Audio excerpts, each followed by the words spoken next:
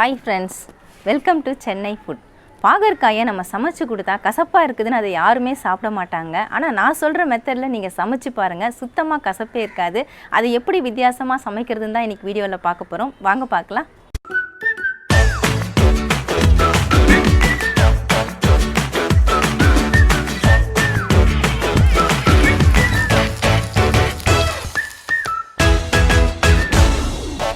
பாகற்காயை வச்சு நம்ம புதுமையான ரெசிபி செய்ய போகிறோங்க. அதுக்காக நான் 4 பாகற்காய் எடுத்துருக்கேன். உங்களுக்கு எவ்வளவு தேவையோ அவ்வளவு எடுத்துக்கலாம். இந்த 4 பாகற்காயும் பார்த்தீங்கன்னா எங்கள் வீட்டிலே காய்ச்சது தான்.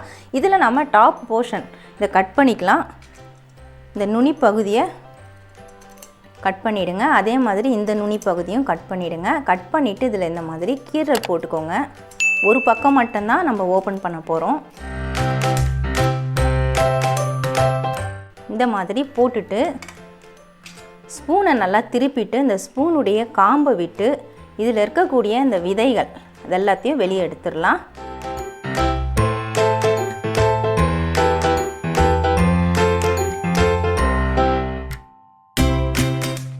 பாருங்கள், எடுத்ததுக்கப்புறமா இந்த மாதிரி தான் இருக்கும். இதே மாதிரி நான் எல்லா பாவக்காயும் எடுத்துடுறேன். பாகற்காய் எல்லாத்தையுமே நான் கட் பண்ணிவிட்டு எல்லாம் சுத்தம் பண்ணி எடுத்துட்டேங்க. இதை நம்ம வேறு ஒரு பவுலுக்கு மாற்றிக்கலாம். இதில் 1/2 ஸ்பூன் அளவுக்கு சால்ட்டு நான் தூவி விட்டுக்கிறேன். 1/4 ஸ்பூன் மஞ்சள் தூள். இந்த சால்ட்டு மஞ்சள் தூள்லாம் நல்லா பரவலாக படணும் இந்த பாகற்காயில் உள்ள வெளியெல்லாம். அந்த மாதிரி நல்லா அப்படியே தேய்ச்சி விட்டுடுங்க. இந்த மாதிரி தேய்ச்சி விட்டதுக்கப்புறமா இதை அப்படியே நம்ம மூடி போட்டு வச்சிடணும். ஒரு 10 நிமிஷம் ஊற விட்டுடணும். பாகற்காயை ஊற விட்டு 10 நிமிஷம் ஆயிடுச்சுங்க. பாருங்கள், இப்போ நல்லாவே ஊறிடுச்சு. நம்ம போட்டு விட்ட மஞ்சள் பொடி, உப்பு எல்லாமே நல்லா ஊறி இருக்குது. நான் ஏற்கனவே பாகற்காயை அலசிட்டு தான் பயன்படுத்தினேன். சப்போஸ் நீங்கள் அலசலைன்னா ஒரு தடவை அலசிடுங்க. இப்போ இந்த பாகற்காயை நம்ம வேக விடணும். வேக விடுறதுக்காக நான் இட்லி பாத்திரம் வச்சுருக்கேன்.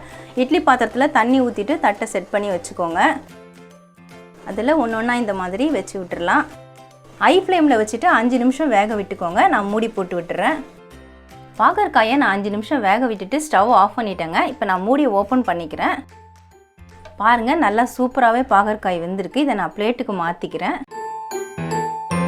இது நல்லா ஆறட்டும். ஆறுறதுக்குள்ளே நம்ம மசாலா ரெடி பண்ணிக்கலாம். பேன் நல்லா சூடாயிடுச்சுங்க. நான் 2 ஸ்பூன் அளவுக்கு வேர்க்கடலை சேர்த்துக்கிறேன். 2 டேபிள் ஸ்பூன் அளவுக்கு சேர்த்துக்கோங்க. வேர்க்கடலை கொஞ்சம் வறுபடட்டும். நான் பச்சை வேர்க்கடலை தான் சேர்த்துருக்கேன். சப்போஸ் நீங்கள் வறுத்த வேர்க்கடலை சேர்த்திங்கன்னா கடைசியில் சேர்த்துட்டு கூட சூடுபடுத்திக்கலாம்.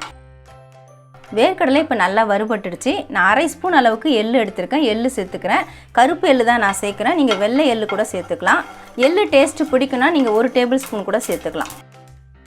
எள்ளு இப்போ நல்லா பொரிஞ்சிடுச்சு பாருங்கள். தேங்காயை மெலிசாக நான் நறுக்கி வச்சுருக்கேன். அந்த தேங்காயை சேர்த்துக்கிறேன். இது கிட்டத்தட்ட 1/2 டேபிள் ஸ்பூன் அளவுக்கு இருக்கும்.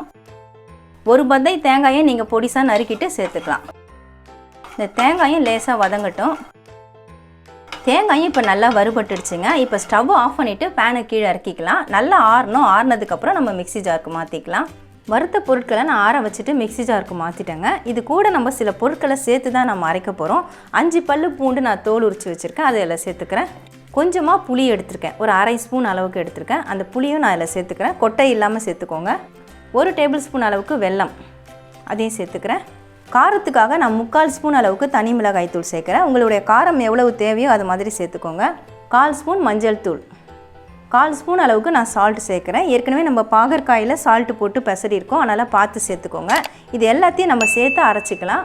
தண்ணி சேர்க்காம இந்த மாதிரி அரைச்சி எடுத்துக்கோங்க. அரைச்சதுக்கப்புறமா இப்படி தான் இருக்கும். நல்லா கரகரப்பாக தான் இருக்கும். இதை நம்ம பாகற்காயில் வச்சு ஸ்டஃப் பண்ண போகிறோம். வேக வச்ச பாகற்காயை எடுத்துக்கோங்க.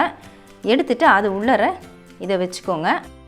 ஸ்டஃபிங் எந்த அளவுக்கு வைக்க முடியுமோ அந்த அளவுக்கு நீங்கள் அது உள்ளர வச்சுக்கலாம். இந்த மாதிரி வச்சுட்டு இதை அப்படியே சேர்த்து இப்படி அழுத்தி விட்டுடுங்க. நல்லா க்ளோஸ் ஆகிடும். நம்ம உள்ளே வச்ச ஸ்டஃபிங் அப்போ தான் வெளியே வராது. இதே மாதிரி நான் எல்லா பாகற்காயிலும் செஞ்சுக்கிறேன். எல்லா பாகற்காயும் நான் ஸ்டஃபிங் பண்ணிட்டேங்க. இதை நம்ம ஃப்ரை பண்ண போகிறோம். ஃப்ரை பண்ணுறதுக்காக நான் பேன் வச்சுருக்கேன். பேன் நல்லா சூடாயிடுச்சு. 1 டேபிள் ஸ்பூன் அளவுக்கு நல்லெண்ணெய் சேர்த்துக்கலாம். 1/2 ஸ்பூன் சீரகம் சேர்த்துக்கிறேன். கொஞ்சமாக கருவேப்பிலை அதையும் சேர்த்துக்கிறேன்.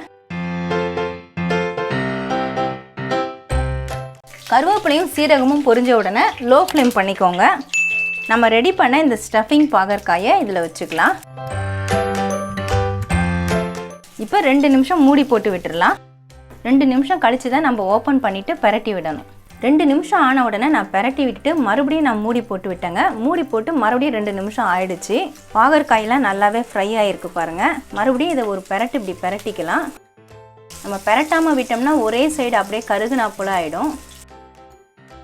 இப்போ இதில் கொஞ்சமாக நம்ம புளி கரைசல் சேர்த்துக்கலாம். ஒரு 1/2 ஸ்பூன் புளியை இந்த மாதிரி தண்ணியாக கரைச்சி எடுத்துக்கோங்க. 1/2 கப் அளவுக்கு எடுத்துக்கோங்க. அதை இது மேலே இப்படியே ஊற்றி விட்டுறேன். ஊற்றிட்டு இந்த புளி கரைசல் வத்துற வரைக்கும் நல்லா ஃப்ரை ஆகணும்.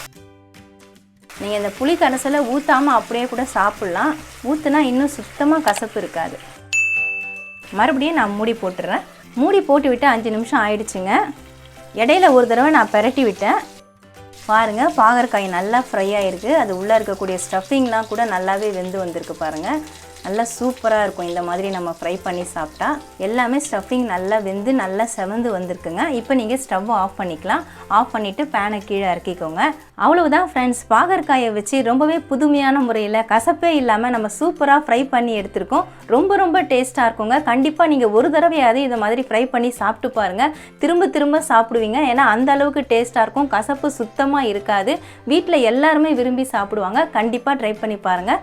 கசப்பே இல்லாமல் பாகற்காய் ஃப்ரை எப்படி செய்கிறதுன்னு வீடியோவில் பார்த்துருப்பீங்க. ரொம்ப டேஸ்ட்டாக இருக்கும். கண்டிப்பாக ட்ரை பண்ணி பாருங்கள். உங்களுக்கு இந்த வீடியோ பிடிச்சிருந்தா லைக் பண்ணுங்கள், ஷேர் பண்ணுங்கள், சப்ஸ்கிரைப் பண்ணுங்கள். பக்கத்தில் இருக்க பெல் ஐக்கானை கிளிக் பண்ணிக்கோங்க. அதில் ஆல்னு ஒரு ஆப்ஷன் காட்டும், அதையும் கிளிக் பண்ணிக்கோங்க. நன்றி, வணக்கம்.